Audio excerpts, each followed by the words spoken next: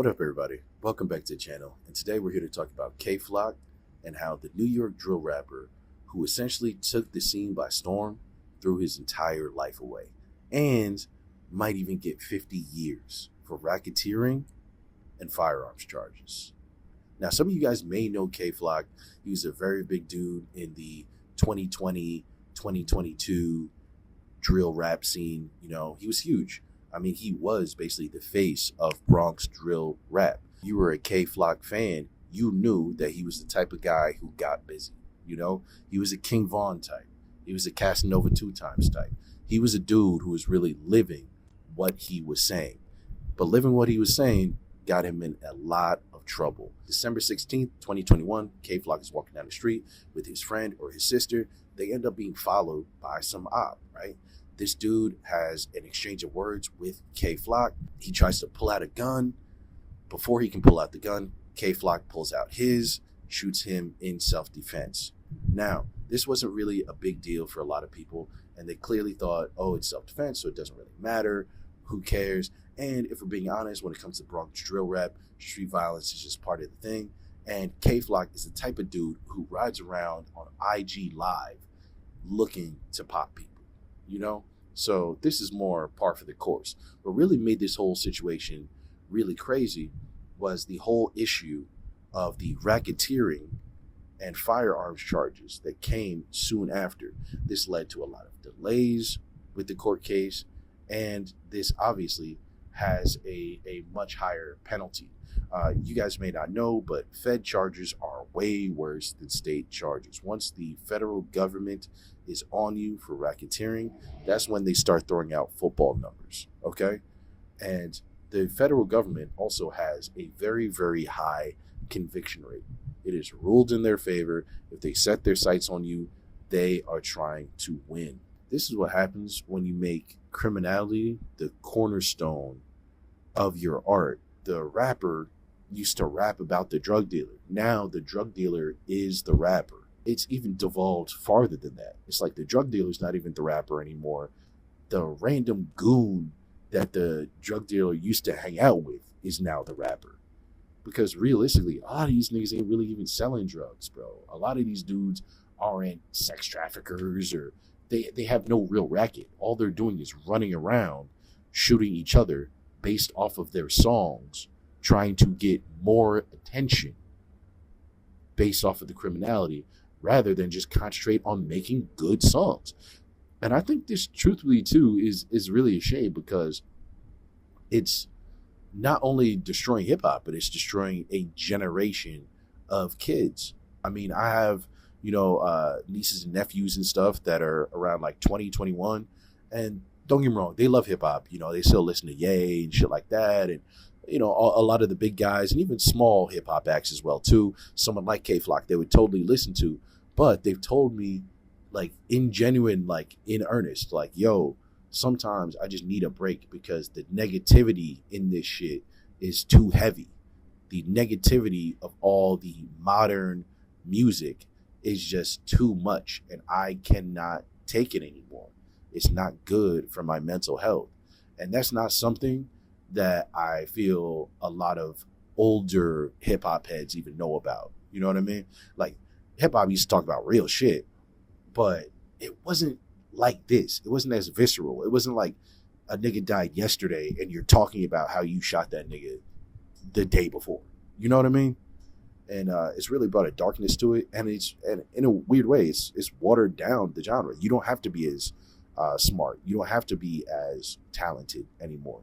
You just have to get a gun and run around and kill people. And people like K-Flock are the ones that, make this shit look good. It's a shame. Dude could have had millions, and now he's in jail because of foolishness. His music was also getting recognized and gave him a small buzz for when he got out. But with all the attention they were now getting, it was also putting an even larger target on their backs. Every song became more specific, targeting different ops. But this is also what made it so popular in the first place. And that's what I'm talking about. It's like, people don't even really care about the song. They care about the spectacle that the song represents. You feel me? It's all about getting super, super detailed about how you were just across the street and you just shot this nigga and all this shit, man. It's like, bro, do you know anything about gangster culture? You don't talk about anything. This talking is what landed you in the situation. The criminality is what landed you there, ultimately. But the talking makes it so much easier. Let's be honest. A lot of times when you talk about cops and NYPD and all that shit, bro, they don't give a fuck.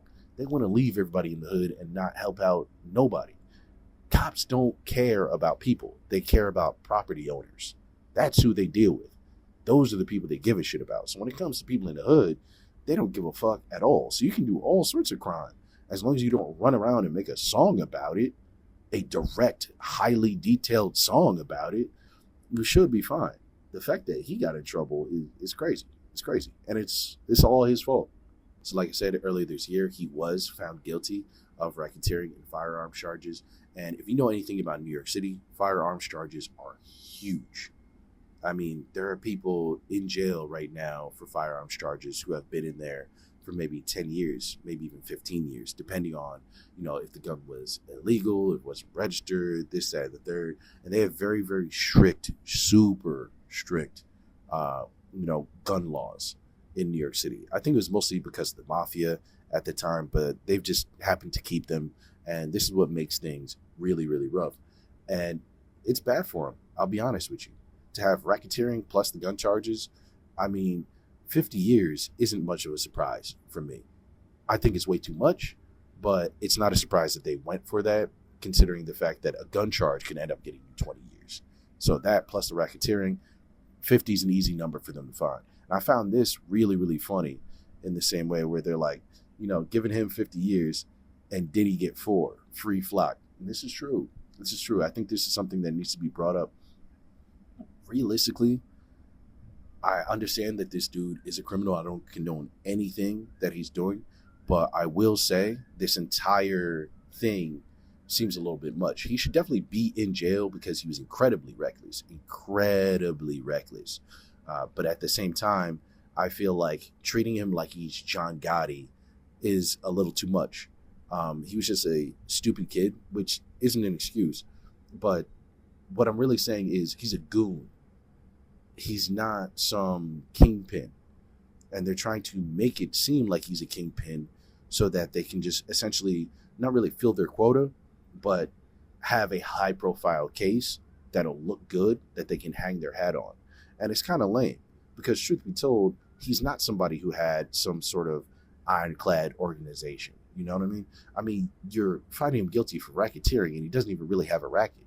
They probably sell a little drugs, sure. But realistically, they're not El Chapo, right? That's what racketeering was originally for. Racketeering was for people like Sammy the Bull, John Gotti, all these people, the lucky Lucianos of the world, people who had real millions from criminal activity. And now it's used for 16-year-old drill rappers, for them and their friends. And it just seems kind of lame to me. A lot of these people do need to go to jail, but the way that they're going to jail and the amount of time that's being thrown at them does actually seem pretty unfair. I'm not going to lie. But there is also, a case to be made that their stupidity is also a big factor into why they lose everything, especially someone like K-Flock. We talked about it earlier in this video, but this guy is literally on live right now trying to find ops, bro.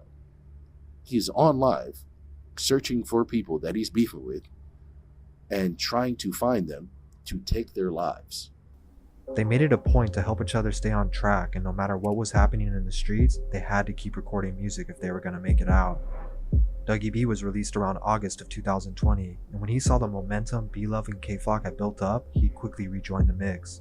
This is when things would really start to take off, kind of like a trio except they all had their own individual careers.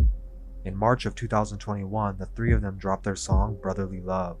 The first month it was out, it got over 1 million views and really put them on the map. I feel like a famous rapper. People from outside the city were now tuning in, and their fan base grew a lot after this. A big reason the music was catching on was because they didn't just copy the drill sound that Brooklyn was seeing success with, but rather they put their own twist on it, making it an entirely new sound. And I also think this is a big thing too. about the spectacle is that a lot of younger people, Gen Z, Gen A, right? They're into TikTok and all that stuff, which I'm into too, but shorter attention spans. And I think that's a big thing as well too, man. I think a lot of these younger guys, they felt that they had to keep people's attention span and keep doing shit. You know what I mean? And I think they also thought they were bigger than they were. At the end of the day, you're still just a kid in the hood, man. So you got to think a little bit more about your actions and what can really hurt you in the long run. Like, yeah, it's cool to hunt for this op or whatever, and it is part of your whole presentation of who you are as an artist, but you're more than that. It's really a shame to see all this shit happen, bro. It really is. And the fact that he's facing 50 years right now, we really don't know what's going to happen. I believe in the next couple weeks, his sentencing is going to be put out there. So hopefully he, maybe gets 20 to 30 instead of 50. But as of now, it looks like his entire life is over. And he's not the first one.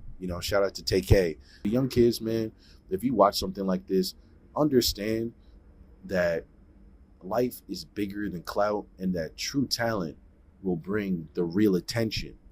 You don't have to take people's lives. You can also do other shit to get clout, man. Think about what you do.